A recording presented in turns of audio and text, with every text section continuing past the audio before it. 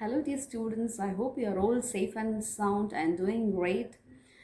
And let's do this poem together today. I, being born a woman and distressed by Edna St. Vincent Milley. So let's see some details about the poet. She's an American poet, a contemporary of Robert Frost. She won the prestigious Pulitzer Prize.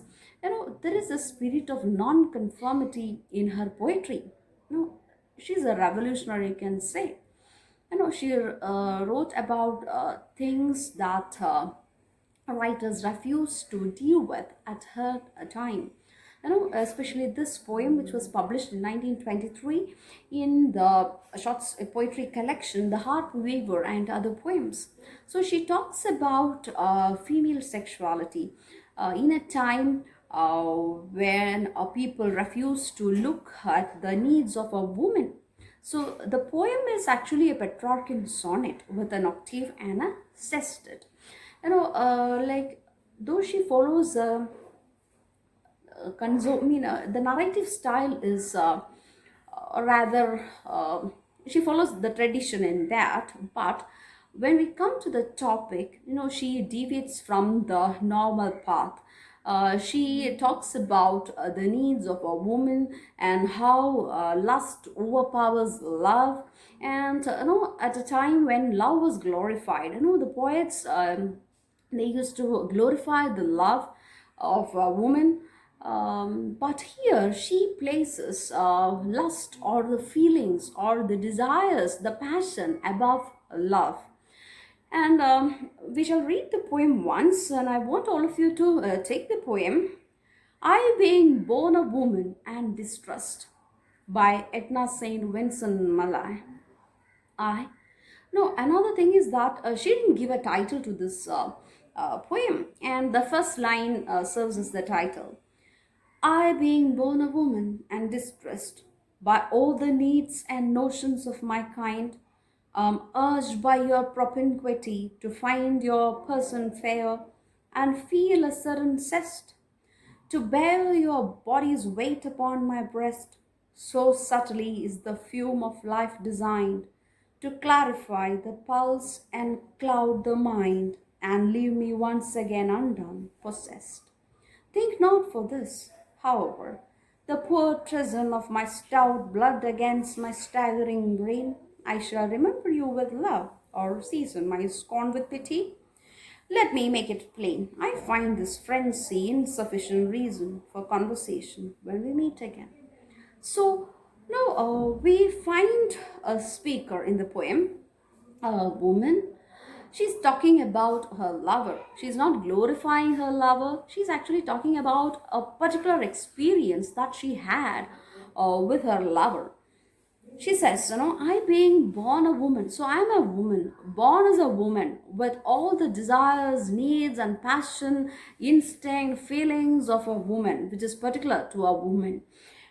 Born a woman and distressed. Why the woman is distressed? Because she is pulled down by the needs and notions of her kind, of a woman. Being a woman, she's a woman, and there are certain things and which are particular or which are peculiar about a woman, and that is pulling her down and making her distressed. She's distressed by the needs and the passion of a woman, and am urged by your propinquity to find your person fair and feel a certain zest. That is, no, the society wants a woman in that way.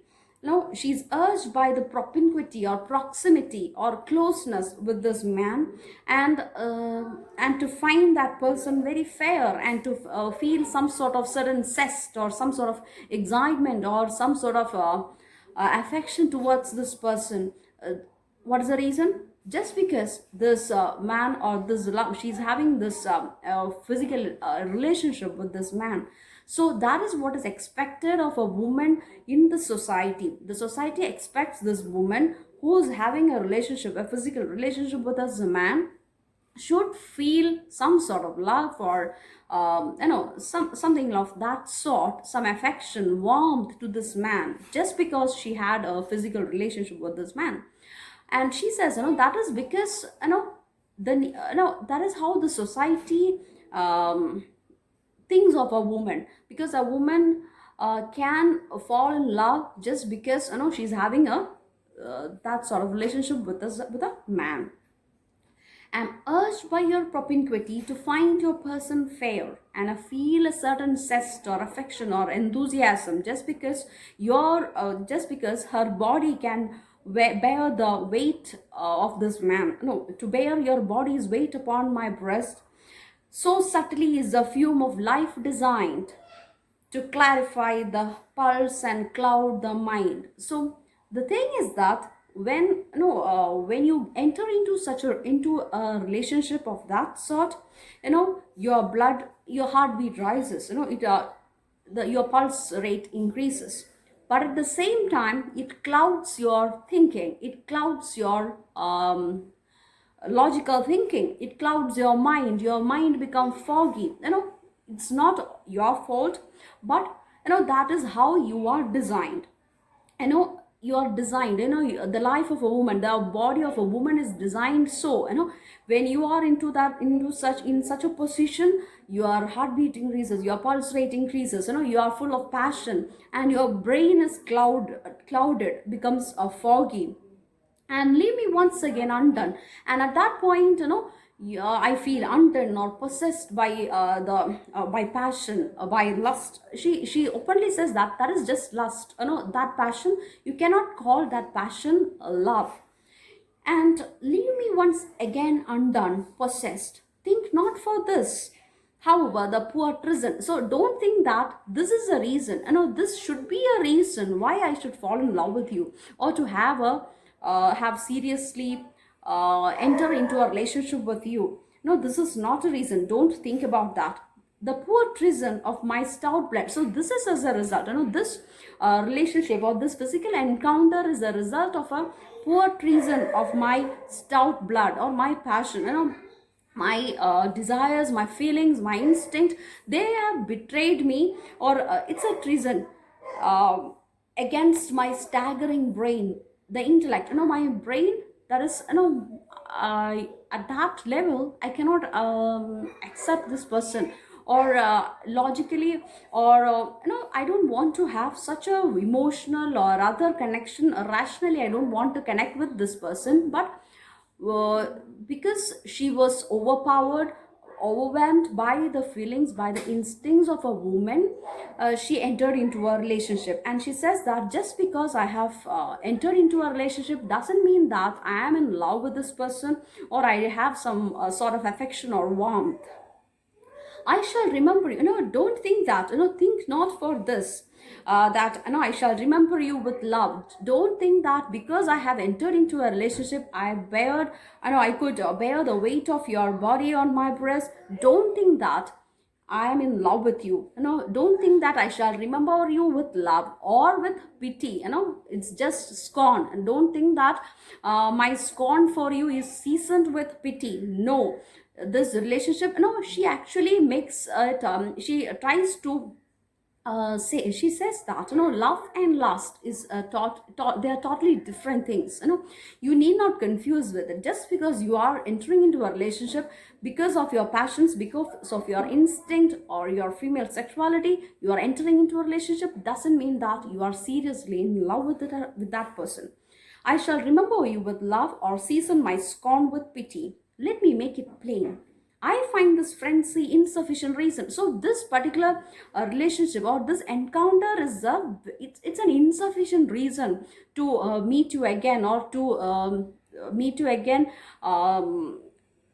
saying that I love you. It's not like that. It doesn't actually serve a purpose to enter into a serious relationship, or to love, or to see you again.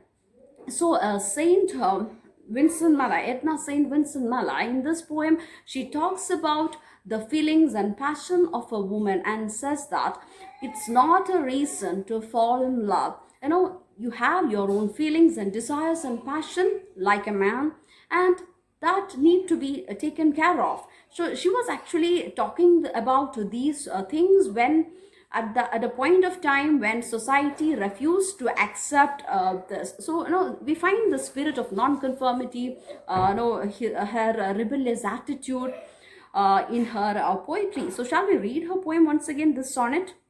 I, being born a woman and distressed by all the needs and notions of my kind, am urged by your propinquity to find your person fair and feel a certain zest to bear your body's weight upon my breast. So subtly is the fume of life designed to clarify the pulse and cloud the mind, and leave me once again undone, possessed. Think not for this, however, the poor treason of my stout blood against my staggering brain. I shall remember you with love or season my scorn with pity. Let me make it plain. I find this frenzy insufficient reason for conversation when we meet again. Thank you. Please go through this poem, and I'll be posting an analysis soon. If you have any doubts, you can post it in the Google Classroom or in the WhatsApp group. Thank you.